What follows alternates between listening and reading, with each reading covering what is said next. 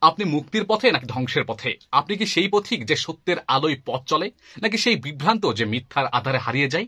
আপনি কোন পথিক? আপনি আত্মশুদ্ধির পথে নাকি পাপের গহ্বরে? আপনি কি সেই আত্মা যে তওবার অশ্রুতে পবিত্র হয়, নাকি সেই অভিশপ্ত যে গুনাহের সাগরে ডুবে থাকতে ব্যস্ত হয়? আপনি জ্ঞানের আলোয় আলোকিত নাকি অজ্ঞতার অন্ধকারে নিমজ্জিত? আপনি কি সেই প্রদীপ যে নিজের আলোয় পথ দেখায়, নাকি সেই ছায়া যে মূর্খতার অন্ধকারকে দীর্ঘায়িত করে ফেলে?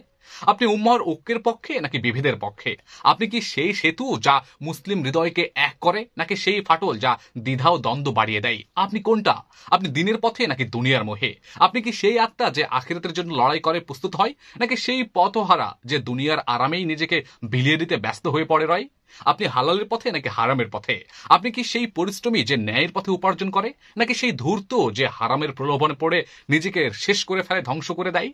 আপনি তাকওয়ার পথে নাকি প্রবৃত্তির দাসত্বে?